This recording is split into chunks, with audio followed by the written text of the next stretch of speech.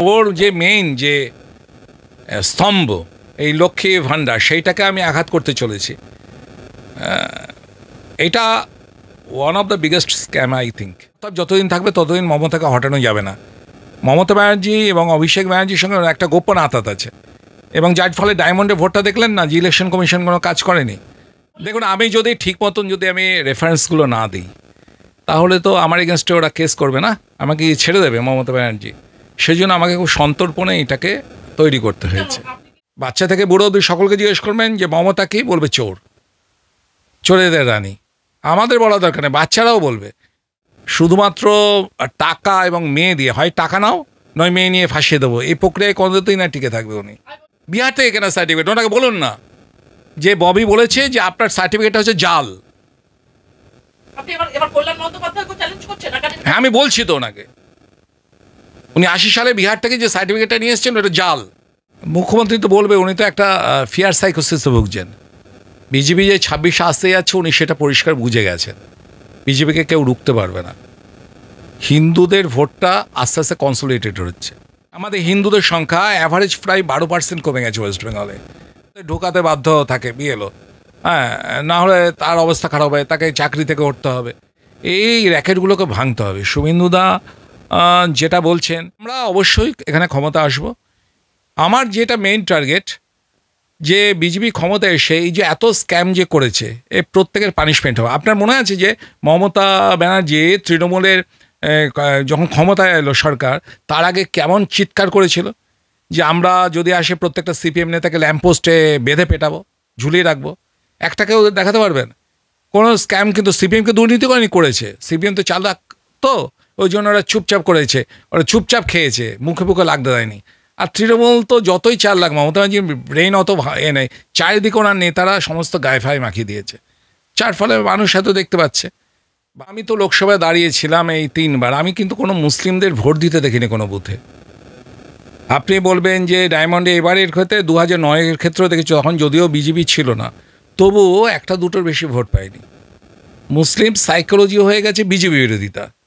বিষয় হচ্ছে তৃণমূল কমিউনিস্টরা বিষয়ত, এবং তারপর তৃণমূল, এরা দুজনে মিলে মুসলিম সাম্প্রদায়িক মানসিকতাকে এমনভাবে তৈরি করেছে বিজেপি মানে হচ্ছে হিন্দুদের দল। অথচ হিন্দুরা মনে করছে না বিজেপি হিন্দুদের দল, যার ফলে হিন্দু ভোটটা ট্রাইফার্কেটেড হয়ে যাচ্ছে, বাইফার্কেটেড হয়ে যাচ্ছে।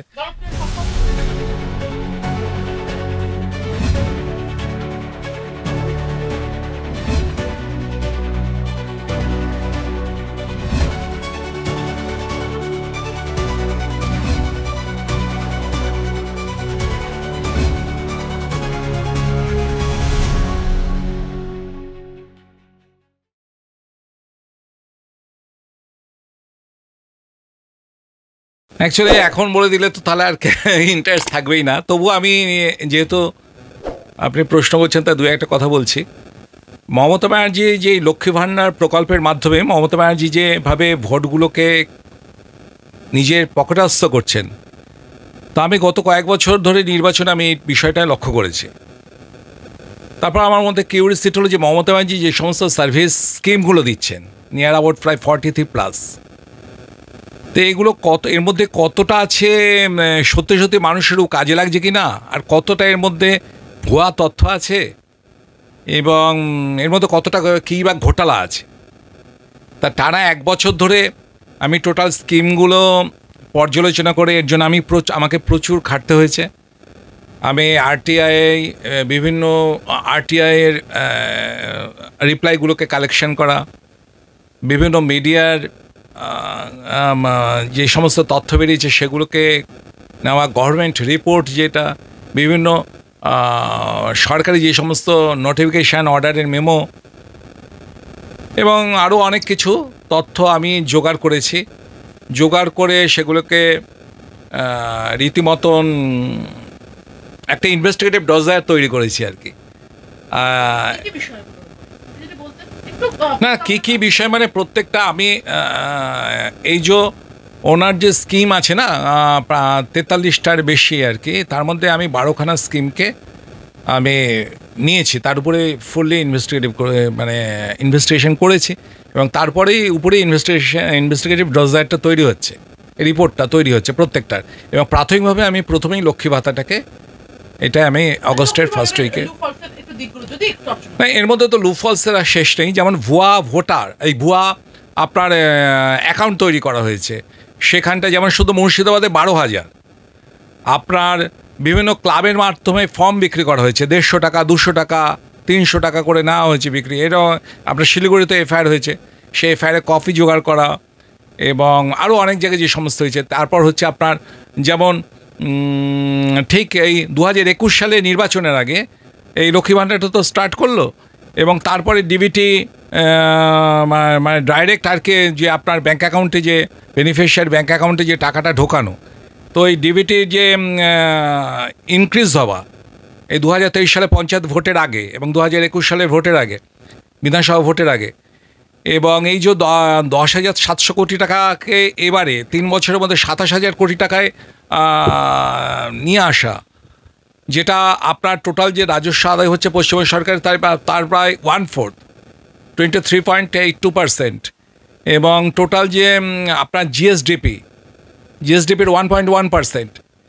এই পুরো বিষয়টা নিয়ে একটা একদম আপনি যখন পুরো এই আমার এই মানে একটা রিসার্চ পেপার টাইপের আর কি, এই টোটাল বিষয়টা যখন আপনি পড়বেন তখন বুঝতে পারবেন যে এই লক্ষ্মী ঘোটালাটা, মানে লক্ষ্মী ভাণ্ডারের প্রকল্পটা nothing but a huge scam of Mamata government. Research পেপারের কথা যখন বললেন, রিসার্চ পেপারে একটা জায়গা থাকে বিবিলিওগ্রাফি, আর সেখানে বা অ্যাকনলেজমেন্ট, একদম অ্যাকনলেজমেন্ট কাকে দিয়েছেন রীতিমতো জানেন আপনি কি মানুষের কাছে কি একদম সার্ভে টোটাল ওখানে আপনি যখন বইটা পাবেন আপনি পুরো দেখবেন, তখন আপনি নিজেই অবাক হবেন যে রাজনীতির বাইরেও এতটা কি করে মানে আর কি কীভাবে এটা করা হলো।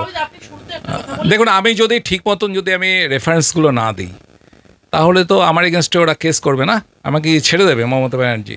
সেই জন্য আমাকে খুব সন্তর্পণে এটাকে তৈরি করতে হয়েছে।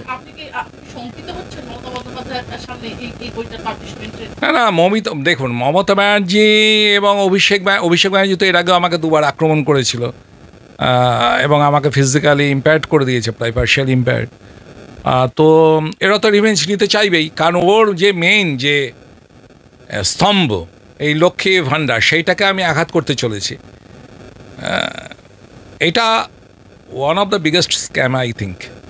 আপনি একটু আগে বললেন যে নির্বাচনের ঠিক আগে একটা huge lump sum amount of money sanction হয়, হঠাৎ আপনাদেরকে মানে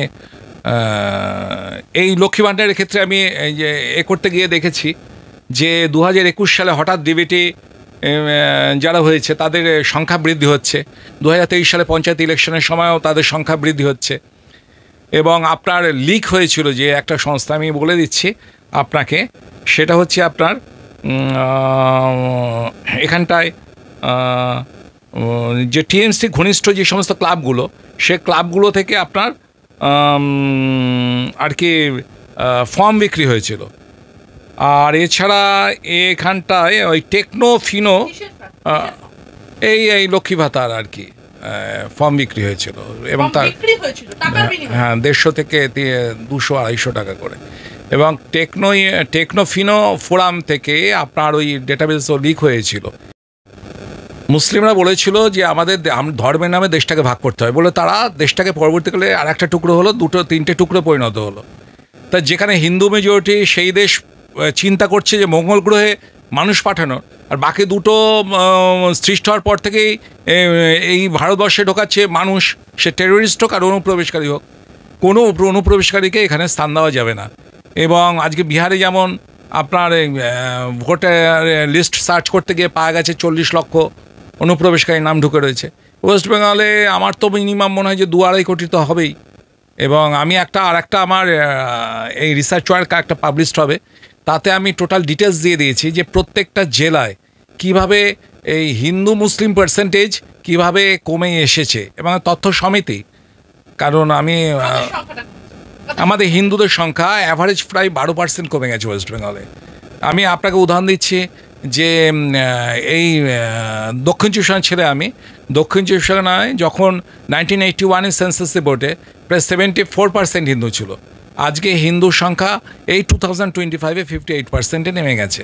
তাহলে 74 কোথায় ছিল আর কোথায় 58, আর মুসলিমের সংখ্যা ছিল হচ্ছে 5%, আজকে মুসলিম দক্ষিণ চব্বিশ পরগনা হয়ে গেছে 42%।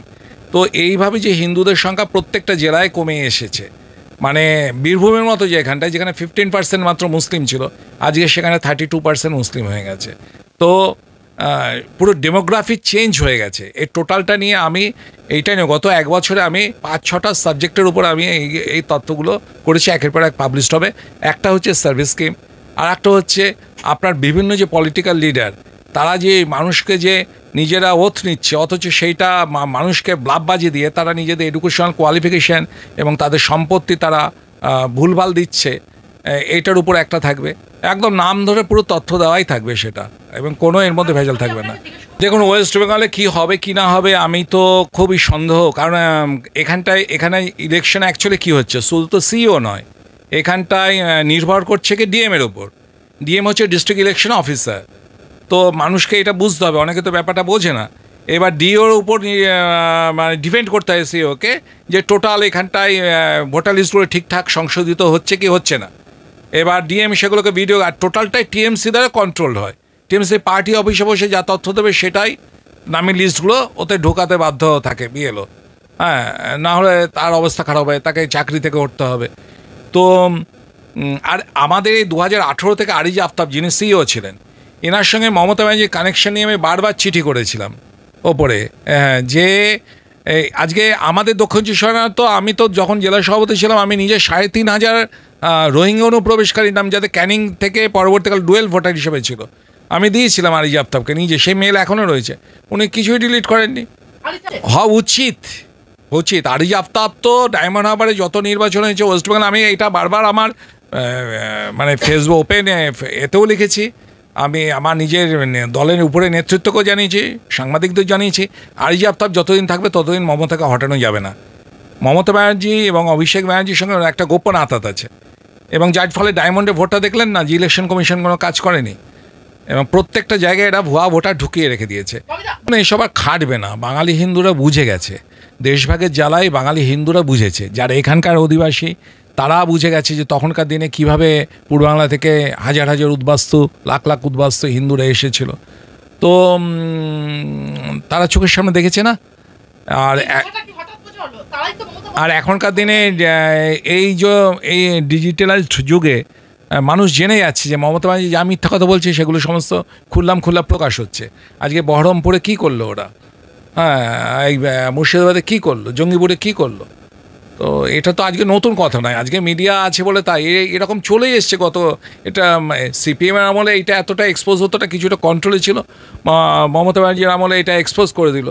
আপনি প্রত্যেকটা জায়গায় দেখবেন যত এই সরকারি কাজগুলো হচ্ছে না, সমস্ত জিহাদি নেটওয়ার্ক কাজ করছে। তার একটা অংশ যাচ্ছে যত বড় বড় কন্ট্রাক্টর, সমস্ত একটা অংশ আছে জিহাদি নেটওয়ার্কে ওরা ইউজ করছে, একটা যাচ্ছে তৃণমূল ফান্ডে, আর একটা নিজেরা কোটিপতি হওয়ার জন্য। এই র্যাকেটগুলোকে ভাঙতে হবে। শুভেন্দুদা যেটা বলছেন বা আমাদের শ্রমিকদা যেটা বলছেন, এটা ঘটনা। আমাদের 1-2% মুসলিম আমাদেরকে ভোট দেয়, অবশ্যই দেয়, তারা এডুকেটেড মুসলিম, তারা দেশপ্রেমিক মুসলিম, কিন্তু তারাও যদি তাদের সমাজকে বোঝাতে চায় যে তোমরা তবলিগ জামাতের খপ্পরে পড়বে না, তা তাদেরকে কাফের বলে তাদেরকে তাড়িয়ে দেবে। আজকে আপনি দেখছেন না যে মাসুদ আমাদের এই যে পদ্মশ্রী পেয়েছিল, ওনার কী অবস্থা। হ্যাঁ, ওনাকে তো ওনার এলাকাতেই থাকতে দিল না, হিন্দু এরিয়ায় ওনাকে ফ্ল্যাট কিনে থাকতে হয়েছে। তা মুসলিম সমাজের আপনারা অনেকে বলেন না যে সমস্ত মুসলিম খারাপ নয়, হ্যাঁ, আমরাও বলছি কি যে সমস্ত মুসলিম খারাপ নয়, কিন্তু মুসলিমদের এই যে সাম্প্রদায়িকতা বা জিহাদি অ্যাক্টিভিটিসের বিরোধিতা পুরো মুসলিম সমাজ করতে পারছে না। আপনি হিন্দু ভোটকে একজোট করতে পারছেন না, আপনি মুসলিম ভোটের পিছনে ছুটবেন। হিন্দুরা আগে হিন্দুদের ভোটটাকে একজোট করুন। হিন্দু ভোটে যখন একজোট হবে অটোমেটিক্যালি মুসলিমরা, কারণ মুসলিমরা সবসময়, মুসলিমদের আপনি ইতিহাস পড়বেন, তারা সবসময় শাসক গোষ্ঠীর দিকে থাকে।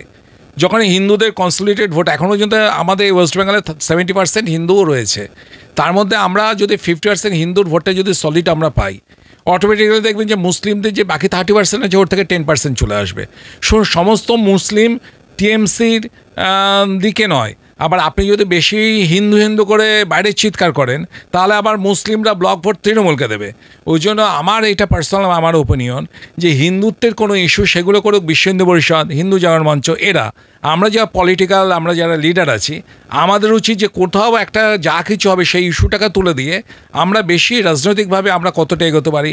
যেমন এই ধরনের এই যে স্কিমগুলো, যেটা আমি করছে। এরকম যত দুর্নীতিটাকে বেশি করে সামনে এনে শুধুমাত্র সিবিআই বা ইডির উপর নির্ভরশীল হওয়া চলবে না। পলিটিক্যাল আগেকার দিনে কী হতো, যেমন সাংবাদিকদের আপনি দেখতেন না, আগে সাংবাদিকরা একটা দুর্নীতি খুঁজে বার করতো, তারপর সেটা কী হতো, তদন্ত করতে হতো। এখনকার সাংবাদিক জগতেও দেখুন যে কোনো ইডি বা সিবিআই কোনো দুর্নীতির খবর বলল, তবে আপনার সেটা সংবাদ পরিবেশন হচ্ছে। তা রাজনীতির ক্ষেত্রে এরকম জিনিসটা হয়ে যাচ্ছে। রাজনৈতিক নেতাদের খুঁজতে হবে যে আমার যারা শাসক দল আছে সেই শাসক দলের দুর্নীতিগুলো খুঁজে বার করতে হবে, সেটাকে এক্সপোজ করতে হবে, এবং সেটা যাতে তদন্ত শুরু হয় কেন্দ্র এজেন্সিগুলো দিয়ে, সেটা শুরু করতে হবে। দুর্নীতি তো থাকবেই, তার সঙ্গে কনসাসনেস। হিন্দু মানসিকতা যা জায়গার জেগে গেছে, এর জন্য নতুন করে আরও দরকার নেই। এবার বাকি কাজটুকু করবে বিশ্ব হিন্দু পরিষদ, হিন্দু জগন মঞ্চ, এই সমস্ত হিন্দু অর্গানাইজেশনগুলো। না, অবশ্যই আমরা চাইছি, কিন্তু তার মানে তো নয় যে নিজেকে নিঃশেষ করে দেওয়া। ট্যাক্স বেশি কারা দেয়? হিন্দুরা দেয়। মুসলিম সমাজে কটা 30% মুসলিমের কজন ট্যাক্স দেয়? তা তো ট্যাক্স দেয়ই না বলতে গেলে। ইলেকট্রিক বিলই দিতে যায় না, হুকিং করে চালায় বেশিরভাগ। এর মধ্যে আবার লজ্জার কী আছে? আর যত অরাজকতা দেখুন না আপনি, থানাগুলোতে গিয়ে দেখুন কারা রয়েছে, সব অ্যান্টি সোশ্যাল অ্যাক্টিভিটিস ওদের। সেই জন্যই বলছি, আমি নিজে দক্ষিণ চব্বিশ ছেলে, ওখানে কত % মুসলিম আছে? 40% মুসলিম আছে, অথচ তারা সুবিধা নিচ্ছে 67%। আপনি আবাস যোজনা, প্রধানমন্ত্রী আবাস যোজনা ঘরগুলো, তা সব জায়গায় ওরাই তো নিচ্ছে হিন্দুদের ট্যাক্সের পয়সায়। ঠিক আছে ভাই, আমরা তো চাই ওরা ডেভেলপমেন্ট হোক, পুরো শরীরটাই শক্ত হোক, কিন্তু তারা ওইখানে আমাদের সুবিধা নেবে, আমাদের পিছনে ছুরি মারবে, বাংলাদেশ অনুপ্রবেশকারী ওগুলোকে এখানে নিয়ে এসে, তাদের তো এইটা আমরা মেনে নিতে পারবো না। এখানকার ওয়েস্ট বেঙ্গলের বা ভারতের মুসলমানদের 2-3টি জিনিস মাথায় রাখতে হবে। কি সেটা হচ্ছে, দেশটা যখন ভাগ হলো, মনে করুন আমরা হিন্দুরা হচ্ছে খতরনাক জাত, ওরা তো সেই বলেই তো তারা দেশটা ভাগ করলো, হাজার হাজার হিন্দুকে মেরে ফেললো বাংলাদেশ এবং পাকিস্তানে। তো ঠিক আছে, তার সেই খতরনাক হিন্দু জাতের কাছে ওরা বাদবাকি যে সমস্ত মুসলমানদেরকে রেখে গেল, একবার তাদের কথা তো ভাবেনি। অর্থাৎ তারা ভারতের সঙ্গে, ভারতীয় হিন্দুদের সঙ্গে গদ্দারির সঙ্গে সঙ্গে তারা ভারতীয় মুসলমানদের সঙ্গে গদ্দারি করেছিল। তা এখানকার ভারতীয় মুসলমান এবং তাদের পরবর্তী প্রজন্মকে ভাবতে হবে যে বাংলাদেশ এবং পাকিস্তানের মুসলমানরাও এদের সঙ্গে গদ্দারি করেছিল, অতএব এখানে এদেরকে ঢুকতে দেওয়া যাবে না। সেই জন্য তাদেরকে ডিটেক্ট করে, তাদের উচিত প্রশাসনকে বলা যে এখানে এই বাংলাদেশি অনুপ্রবেশকারী রয়েছে, এ আমার পাশের বাড়ির মেয়েকে বিয়ে করে রয়েছে, ইমিডিয়েট এদেরকে ডিটেক্ট করে এর আইনানুগ ব্যবস্থা নিন। এটা মুসলমান সমাজ থেকে আওয়াজটা তোলা উচিত। পহেলগাম আতঙ্কের পরে রাজ্যের বিরোধী দলনেতা শুভেন্দু অধিকারী হিন্দুদেরকে কাশ্মীরে যেতে নিষেধ করছে। শুভেন্দু দা আমাদের লিডার, উনি যখন কোনো কথা বলেন নিশ্চয়ই ভেবেচিন্তে বলেন, সমর্থন বা অসমর্থন করার বিষয় নয়। ঠিকই বলেছেন তো।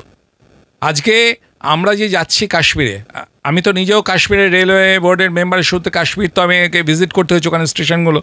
তো আমি গিয়ে দেখেছি যে পর্যটকদের পয়সায় ওরা এত সুন্দর মিষ্টি মিষ্টি কথা বলবে, তা যে আপনি প্রভাবিত হয়ে যাবেন, এবং সেখানটায় র্যান্ডাম ওরা চার্জ নেয়। আমি দেখেছি যে পর্যটকদের কাছ থেকে আপনি ঘোড়ায় চড়বেন 10,000 টাকা নেবে। হ্যাঁ, আপনি হোটেল নেবেন, হোটেলগুলো 5 গুণ 10 গুণ করে ভাড়া বৃদ্ধি, খাবারের দাম সেই রকম। তো আর এর তো কোনো ইনভেস্টিগেশন হয় না। ধরুন যাদের মধ্যে জিহাদি মানসিকতা থাকবে, তাই সে ওরা তো জানতে পারছে এখানে ট্যুরিস্টগুলো সব হিন্দুই আসছে, খাবারে ফুড পয়জন করেও তো দিতে পারে। তো এই সব আমি বলছি, কিন্তু কারণ এখন এগুলোকে চিন্তা করে বিষয় এসে দাঁড়িয়েছে। আপনি কখনো সে শাক দিয়ে মাছ ঢাকতে পারবেন না। ইসলামিক একটা টেনাসিটি রয়েছে, জিহাদি মানসিকতা, যে ফুড পয়জনের মাধ্যমে হিন্দুদেরকে কিছু ক্ষতি করে দাও, স্টেরাইল করে দাও, বা আরও স্লোভাবে তারা মরুক স্লো পয়জনের দ্বারা। তো শুভেন্দুদা যেটা বলেছেন ঠিকই বলেছেন। আজকে কাশ্মীরিরা যদি এতই বেশি উদার হতো, তা তারা যা সমস্ত ওখানে উদ্বাস্ত করছে সেসব কাশ্মীরিদের ফিরিয়ে নিয়ে তাদেরকে ওখানে মাথা উঁচু করে বেঁচে থাকার ব্যবস্থা করুক না। সে ধরনের তো কোনো মুভমেন্ট ওদের মধ্যে দেখা যাচ্ছে না। কাশ্মীরকে বর্জন করতে চাইছে না। এই যে ট্যুরিজমের মাধ্যমে যে হাজার হাজার কোটি কোটি টাকা ওরা উপার্জন করছে, তার একটা অংশ যাচ্ছে জিহাদি রাষ্ট্রবিরোধিতায়, সেটার দিকেই নজর দেওয়ার চেষ্টা করেছেন শুভেন্দুদা। আপনার কি মনে হয় কল্যাণ বন্দ্যোপাধ্যায় কখন বলেছেন সেই টাইমটাও দেখতে হবে, রাত 9টার পরে না 9টার আগে?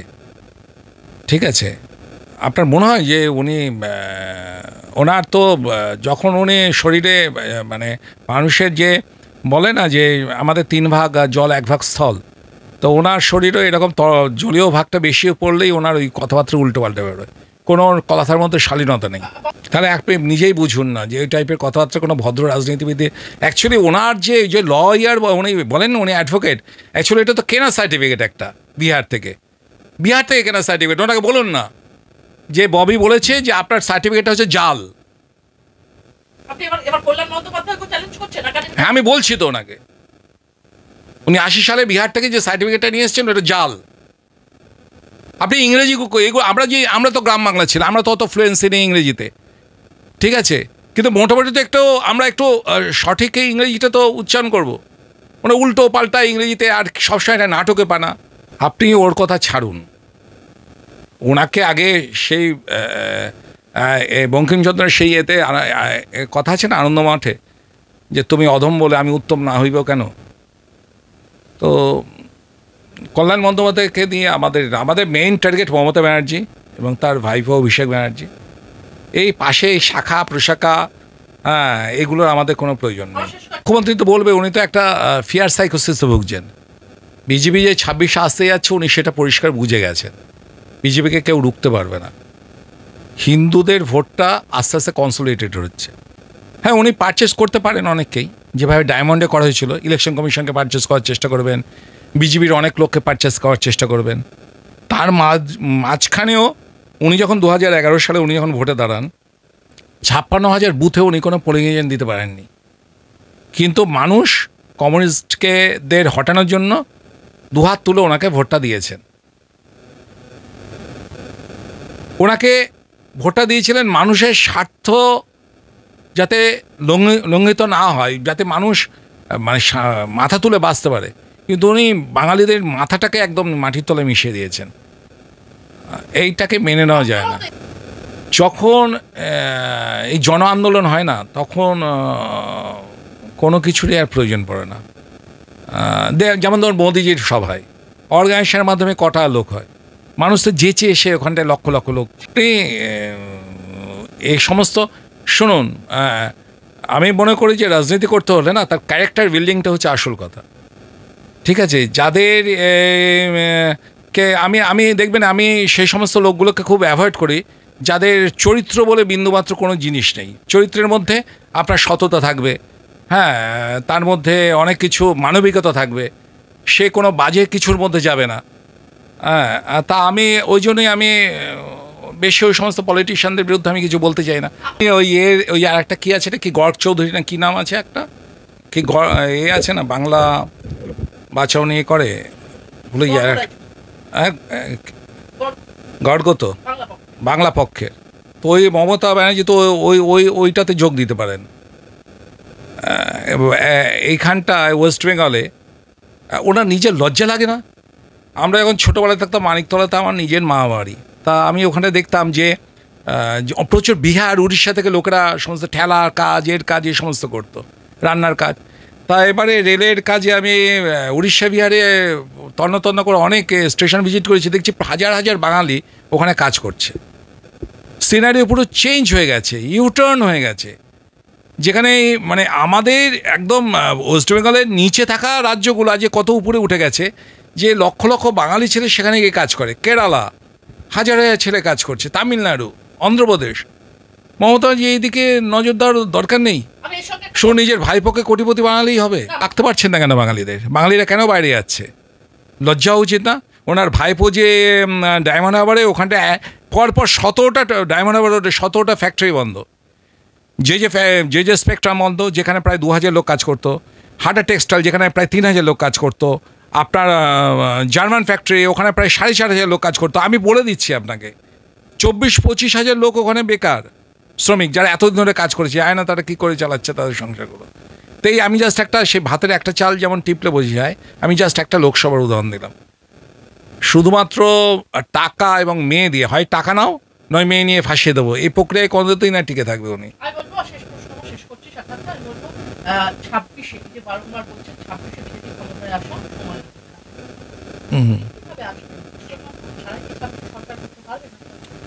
দেখুন, আমি তো লোকসভায় দাঁড়িয়েছিলাম এই 3 বার, আমি কিন্তু কোনো মুসলিমদের ভোট দিতে দেখিনি কোনো বুথে।